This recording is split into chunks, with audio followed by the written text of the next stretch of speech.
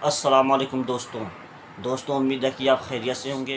तो आइए आज कुछ उत्तर प्रदेश और इंडिया की ख़बर को जानते हैं। तो पहले इस वीडियो को देखिए, फिर आगे बात करते हैं। प्रोफेसर संतोष मेहरोत्रा, हमारे पास एलपीजी का जो इंपोर्ट है वो 8 साल में सबसे कम है। हमें बताया गया था कि we are very much secured in energy, in fuel, in oil, in crude. Professor Santosh ji नमस्कार आपको, सारे पैनलिस्ट को। देखिए, जाहिर है एलपीजी की जो बात है, सर की आवाज बढ़ाइए जरा। आंकड़े इस प्रकार हैं कि सरकार ने छोटू सिलेंडर यानी कि जो 5 किलोग्राम का सिलेंडर है उसका ऑफिशियल दाम 47% बढ़ा दिया, 550 से 810 820 कर दिया। और जो 14 किलोग्राम का सिलेंडर है जो हमारे जैसे मिडिल क्लास वाले लोग इस्तेमाल करते हैं, उसका केवल 7% बढ़ाया। क्यों भाई? जो गरीब खरीदता है उसका दाम आपने 47% बढ़ा दिया, 250 रुपए से बढ़ा दिया। क्यों? पहली बात। दूसरी बात, डीजल का दाम आपने क्यों बढ़ाया है? कोई जरूरत नहीं थी, क्योंकि डीजल का दाम बढ़ाने से होगा ये कि सारे प्रोडक्ट्स पे इन्फ्लेशन रेट बढ़ेगी। तो इन्फ्लेशन रेट, जो देश की इन्फ्लेशन रेट है, मुद्रास्फीति दर है, वो बढ़ने वाली है। पेट्रोल से उसका उतना वास्ता नहीं है। डीजल का वास्ता है, क्योंकि डीजल से ट्रकें चलती हैं, ये दिक्कत है। डीजल से हमारा मालगाड़ी चलती है, ये दिक्कत है। तो ये गलत काम हुआ है।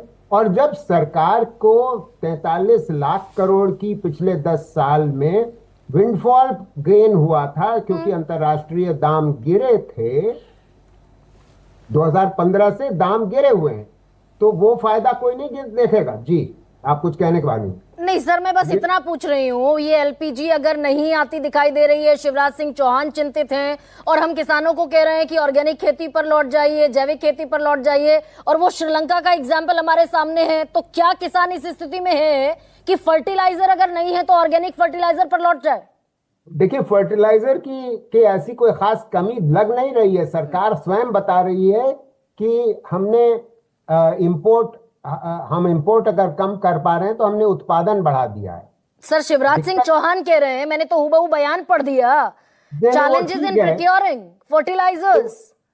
हाँ, वो ठीक है, वो बात सही भी है, होगी उनकी, मगर मोटी बात यह है कि जो फिस्कल सब्सिडी दी जा रही है फर्टिलाइजर पर, खासतौर जिसका 85% यूरिया पे जाता है, तो यूरिया का दाम इन्हें बढ़ाना इसलिए चाहिए क्योंकि उससे फायदा होगा किसान को। क्यों? क्योंकि आज वो भयंकर सब्सिडी है, 350 रुपए का बैग ले लेता है, जो 3,500 का पड़ रहा है सरकार को। अगर आप यूरिया का दाम बढ़ा दोगे तो खपत कम होगी, और जो सॉइल क्वालिटी में नकारात्मक असर हो रहा है, तो वो जो कहा जा रहा है कि ऑर्गेनिक इस्तेमाल करो, उसके बजाय यूरिया का दाम बढ़ा दो ना, आपकी आमदनी, सरकार की आमदनी बढ़ जाएगी। नहीं सर, जैविक खेती पर किसान लौट जाएगा। अगर जैविक खेती पर अगर किसान लौटेगा तो किसान को घाटा भी तो होगा, 30 से 35% उसका प्रोडक्शन कम होगा, तो फिर खाद्य पदार्थों की महंगाई बढ़ती दिखाई देगी, वो भी आम जनता पर आएगा। शुरू में अभी खरीफ की बुआई अभी शुरू नहीं हुई है, अभी समय है, हो सकता है जंग खत्म हो जाए और ये फर्टिलाइजर की कमी उतनी न रहे। मोटी बात मैं ये कह रहा हूं कि सरकार दुखी इस वजह से है क्योंकि सब्सिडी 1.85 लाख करोड़ पिछले साल थी, और वो बढ़ करके 2.25 लाख करोड़ हो जाने वाली है इस साल फर्टिलाइजर पे।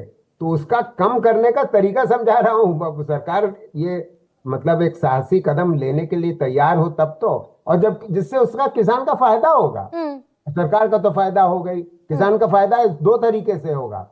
एक तो